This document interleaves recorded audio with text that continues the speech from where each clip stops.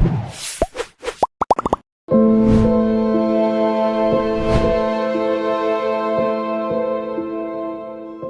lillahi wa inna ilaihi roji'un.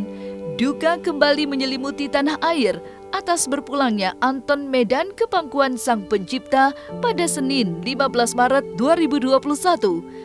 Anton Medan menghembuskan nafas terakhirnya setelah berjuang melawan sakit diabetes dan stroke yang telah lama dideritanya. Dan tepatnya, Selasa 16 Maret kemarin, almarhum dimakamkan di Kompleks Pesantren At-Taibini Cibinong, Kabupaten Bogor, Jawa Barat.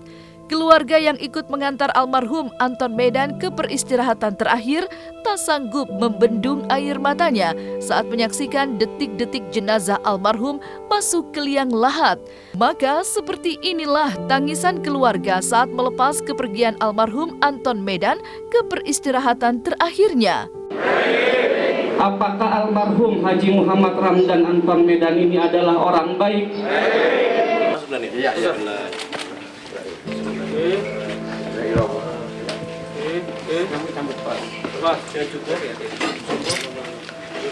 Bareng ya. Bareng ya. Ya, pelan-pelan. Kita sekir dulu kali ya. Kita sekir dulu kali ya. Ambil micik lah. Berdiri dulu, berdiri. Orangnya berdiri.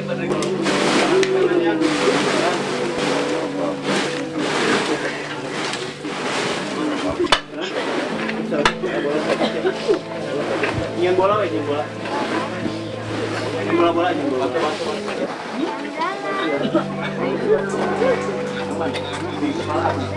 Jangan nangis dong kakak. Daripada kakinya sakit. Ya.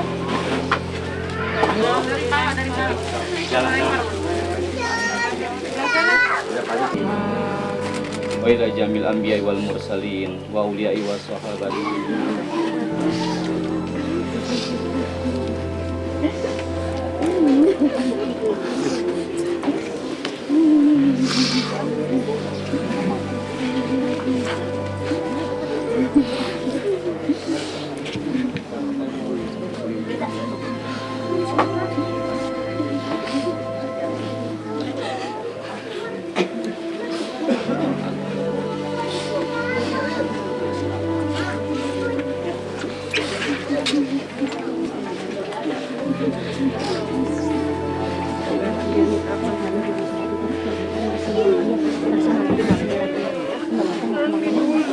Sebentar nggak apa-apa.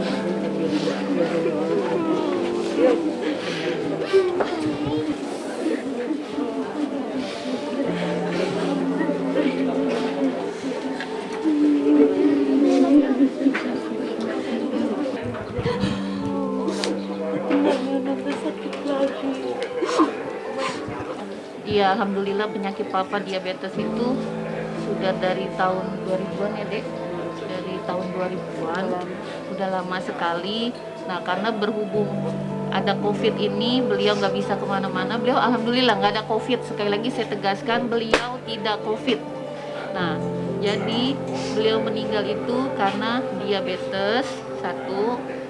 Setelah itu ada masalah di lumbar 4 dan 5. Akhir-akhir ini udah mulai stabil. Nah, kadang ngedrop, seminggu sekali tuh pasti ngedrop punya. Jadi seminggu itu 2 kali ngedrop gitu loh. Tapi sama istri beliau terus diusahakan, akhirnya sembuh. Nah, baru kemarin ini benar-benar drop. Kalau sakit sih, setahu saya karena memang beliau juga udah berusia ya. Dia penyakit orang tua lah ya, diabetes begitu, lalu sempat ada sedikit stroke ringan, itu aja sih. Tetapi yang bikin kita kaget sih sebelumnya adalah sempat dapat kabar dari ibu bahwa dokter mengatakan ada kemungkinan masih bisa sembuh, tadinya masih bisa sembuh, masih bisa fit kembali seperti dahulu gitu. Sehingga kita juga nggak nyangka banget bisa seperti ini gitu. Tetapi apa boleh buat, karena sudah seperti ini ya kita ikhlaskan lah ya gitu. Karena ini kan juga tidak terlepas dari takdirnya Allah gitu.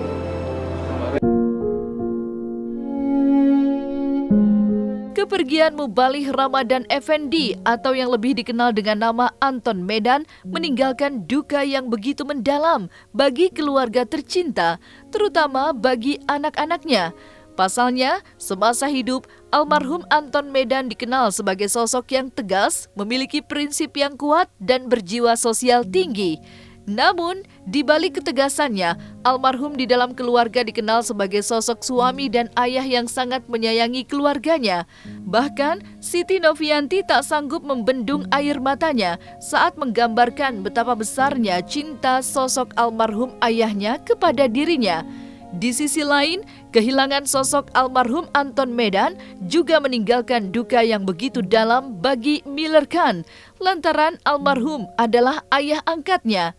Maka seperti inilah sosok almarhum Anton Medan yang paling diingat oleh anak-anaknya. Saya belajar ketegasan dari beliau, belajar jiwa sosial yang tinggi dari beliau. Beliau penyayang ke keluarga, tapi tegas. Yang tidak boleh, tidak ada toleransi, tidak ada abu-abu, tidak ada gradasi. Lalu ke anak, ke istri, beliau sangat penyayang. Walaupun beliau sakit, manakala misalnya saya sedang ulang tahun, beliau bersedia memasak dulu hidangan untuk ulang tahun saya. Setelah beliau selesai masak, beliau istirahat, lalu membolehkan saya untuk ulang tahun, pesta, dan lain sebagainya. Itu yang kami tidak akan lupa. Beliau senang masak, lalu beliau kan suka ada binatang peliharaan, ikan koi atau ayam atau apa. Jadi dipotong, masak, dia undang semua anak buahnya, karyawannya untuk makan. Beliau yang masak. Nah, itu yang kami rindukan.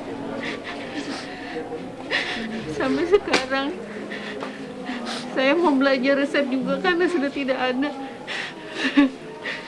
Itu yang akan kami sangat rindukan. Alhamdulillah, Allah Maha Baik. Selalu Allah Maha Baik. Orang yang benar adalah orang yang tidak akan pernah salah. Dari kesalahan beliau belajar akan namanya kebenaran. Karena mengetahui kebenaran itulah dia syiar dapat hidayah dari Allah. Lalu itu merupakan contoh buat kami. Nah, sampai akhir hayatnya beliau selalu berkata, katakan yang benar walaupun pahit rasanya. Seperti itu yang akan kami selalu rindukan, Mbak. Saya selalu bilang dari kecil manakala saya diwawancara oleh media, saya selalu bilang saya bangga jadi anaknya Anton Medan. Kami bangga jadi anaknya Anton Medan. Whatever orang mau ngomong papa saya bekas penjahat atau apa, yang jelas yang terbaik adalah hari akhirnya beliau. Alhamdulillah, menurut kami beliau husnul khotimah. Karena alhamdulillah sedikit banyak beliau mengajarkan agama kepada kami, menutup aurat dan lain sebagainya. Jadi menurut kami beliau luar biasa. Jadi sebelum pondok pesantren ini dibangun, papa saya ingat mati dulu. Karena setiap orang pasti akan berpulang kepada Allah Subhanahu wa taala. Oleh karena itu yang pertama dia bangun adalah pondok ini. Makam ini. Sudah ada. Dan saya selalu diminta untuk mendesain batu nisannya. Tapi saya bilang, kan papa nggak tahu wafatnya kapan. Seperti itu. Saking beliau tuh merasa bahwa kita harus menyiapkan inilah semangat untuk berbuat baik agar kembali ke Allah dengan keridhaan husnul khotimah. Lalu setelah bangun ini, beliau baru bangun yang lain sebagainya. Beliau kalau di mata saya seorang sosok yang sangat inspiratif ya, yang udah menginspirasi banyak orang juga dari cerita hidup dia, nasihat dia, pedoman hidup dia gitu, banyak yang emang saya jalankan gitu sampai sekarang gitu, dan memang orangnya juga dermawan, banyak membantu. Pokoknya sosoknya sangat baik lah. Yang untuk jadi diri sendiri aja no matter what gitu. Jangan pernah munafik, hipokrit. Suatu hal itu dibuat-buat gitu untuk mencari keuntungan tersendiri gitu. Pokoknya jadi apa adanya aja. Makanya papa juga dia orangnya emang apa adanya, nggak pernah dibuat-buat ataupun berpura-pura. Beliau bukan dengan saya aja, dengan keluarga saya juga emang cukup dekat ya. Beliau juga pernah datang ke rumah saya di Malaysia. Terus dengan ibu saya juga cukup dekat, dan beliau juga sering mendukung dalam karir saya juga. Peran beliau juga cukup penting dalam perjalanan karir saya selama ini. Ya, saya sangat bersyukur sih bisa mengenal beliau, dan beliau mengangkat saya sebagai anak angkatnya. Saya sangat bersyukur dan berterima kasih. Garis hidup manusia memang tak bisa diterka. Begitupun juga perjalanan hidup almarhum Anton Medan yang pernah melintasi masa-masa kelam. Almarhum merupakan salah satu mantan preman yang sudah bertobat dan memilih jalan pertobatannya dengan mengamalkan kebaikan untuk banyak orang. Bahkan sejak memutuskan untuk mu'alaf pada tahun 1992, kehidupan almarhum Anton Medan pun berubah 180 derajat. Figurnya sebagai seorang bapak yang selalu mengayomi anak-anaknya juga dirasakan langsung oleh Pablo Benua dan Ray Utami. Bahkan menurut Pablo dan Ray, almarhum selalu memberi nasihat dan dukungan saat keduanya menghadapi masa-masa sulit di penjara. Bahkan air mata Ray Utami pun tak kuasa dibendung saat menceritakan betapa tulusnya cinta dan perhatian almarhum Anton Medan kepada keluarganya, layaknya seorang ayah kandung. Maka kepergian almarhum dirasa Ray kehilangan seorang figur ayah dan tempat mengadu isi hatinya. Itu sudah lama sekali ya, sudah lama banget. Kejadiannya itu saya juga udah nggak begitu ingat lah kejadiannya gimana. Yang pasti beliau itu adalah salah satu orang yang sangat menginspirasi kami berdua gitu. Karena awal pertama kali saya mau nikah dengan Ray, lalu saya ingin menjadi seorang mualaf itu, saya banyak sharing dengan beliau gitu. Bahkan beliau yang mendorong saya untuk ayo menjadi seorang mualaf itu enak begini gitu. Ya, beliau yang banyak mendorong saya untuk itu sih gitu.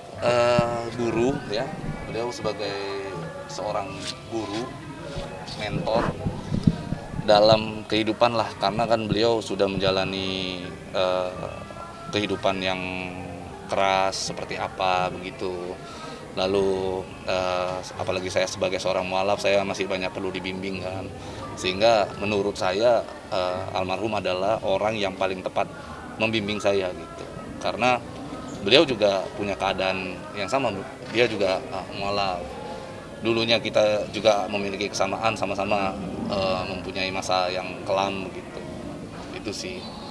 Terakhir pada saat kita membesuk beliau di sini ya, datang, beliau memang sudah tidak bisa banyak berbicara. Cuman paling ingat saya kata-kata beliau waktu di kejaksaan, di pengadilan ya. Pada saat itu di sidangnya kita, beliau sempat berpesan kepada saya, sudahlah intinya keluar dari sekolah ini gitu ya, sudah jangan berbuat yang macam-macam lagi begitu, jadi orang yang benar-benar aja gitu, dan jangan pernah putus asa, jangan kecewa gitu ya, karena ini semua pasti takdirnya Allah gitu.